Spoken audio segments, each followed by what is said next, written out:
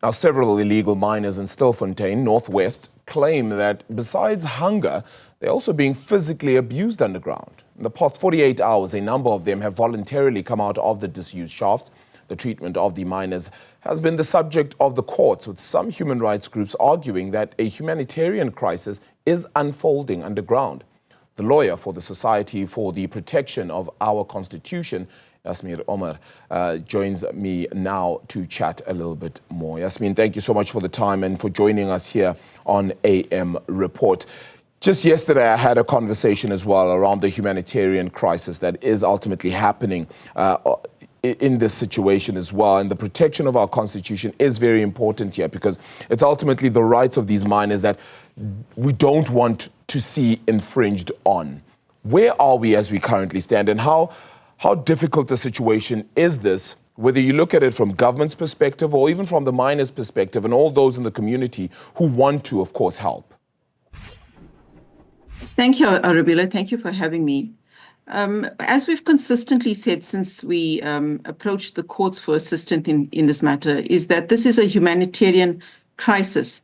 We are sitting with a situation where people underground are dying, and we see the numbers increasing every day. So it is definitely a matter where there is a glaring need for the community, for the public, to speak out against the treatment of those miners underground. We must remember that it doesn't matter who those miners are, whether they are foreigners or local people. The Constitution guarantees everybody in the country the right to life. And what is happening now is that the police are continuing to use starvation tactics to get the people to surrender. There was a press statement released by government on, I think it was yesterday, that indicated that there was misinformation being given to the public, and that certain assertions made by the organizations that went to court were incorrect. We find that the information being disseminated by government is in fact misleading to the public. The information contained in that press statement suggested that there was sufficient food supply and that miners underground could come out voluntarily. Now, that is simply not true. The truth of it is borne out by the fact that we are receiving corpses out of those mines. And the number of corpses are increasing, and we can see that people are dying while we are watching on TV. So it definitely is not a situation where the public are being misled.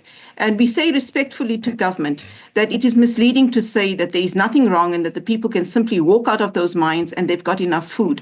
There is a crisis that's ensuing because of the manner in which the state is policing those people underground.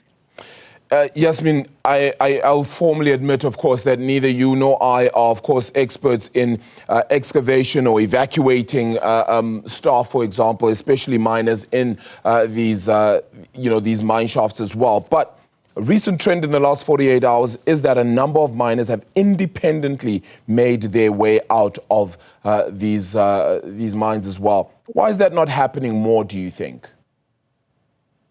Well, I think we must also clarify what independently means, because the shafts that they are coming out of, shaft 10 and shaft 11, are not shafts where people can simply walk out of the mine. The shaft is a drop of about 2 kilometers. We've established that, and that's been established in the court proceedings and by the media and all accounts of people who have been interviewed in that area. So we've got a 2-kilometer drop. And that doesn't allow for miners to simply walk out without assistance. What happened is that despite the court ordering government to facilitate the retrieval originally, when government was told allow the community members at least to conduct rescue efforts, it was the community who implemented their own police system to pull out the miners. So the miners didn't come out on their own.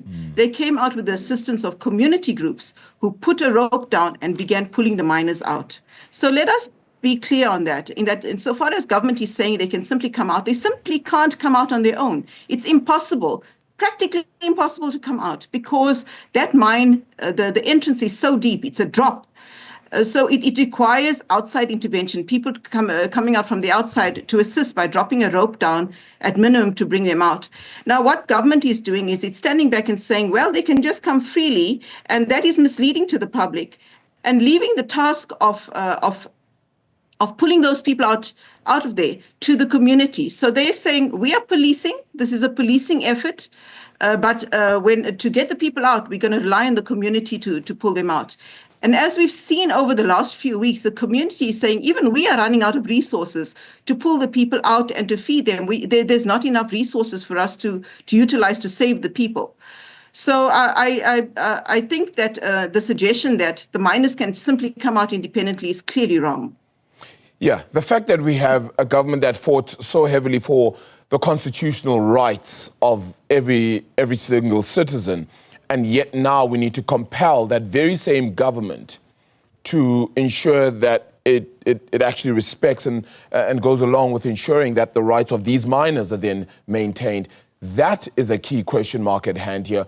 How do we compel government to then do what it's always said it's wanted to do for every citizen? Arabella, that's exactly the point. I mean, we're sitting in a situation where we've got this constitution that we fought long and hard for. Blood was shed for this constitution. And here we have a situation where government is implementing measures using starvation tactics in the name of policing, allowing people to die, and the right of life of those people being compromised significantly. Yeah. Now, it should not have been the case that organizations have to go to court to alert the public, to alert the world, and to alert government that you are missing your mark here. Your job is not to go and persecute impoverished communities like this. Your job is to conduct administration of justice in a way that is humane. There should not be inhumane treatment meted out to anybody, whether they are locals or foreigners. So what is happening now is it appears because government has named these people illegal miners, and has stamped a sense of disapproval on them. Yeah. There is a policy now implemented where, because we say that they are criminals before even trying them, we're going to allow them to die underground. And that is absolutely intolerable. As a nation, we should not accept this. I mean, many organizations, many trade unions have come forward and said the situation is unacceptable. But why is government turning a deaf ear to all of those cries and saying we are right, everybody else is wrong? Surely we all do not want to take on our government and vilify our government. We want a government that operates in line with the Constitution, and which is why so many organizations have gone to court. So many people are crying out. So many people are saying that something is not right there. Yeah.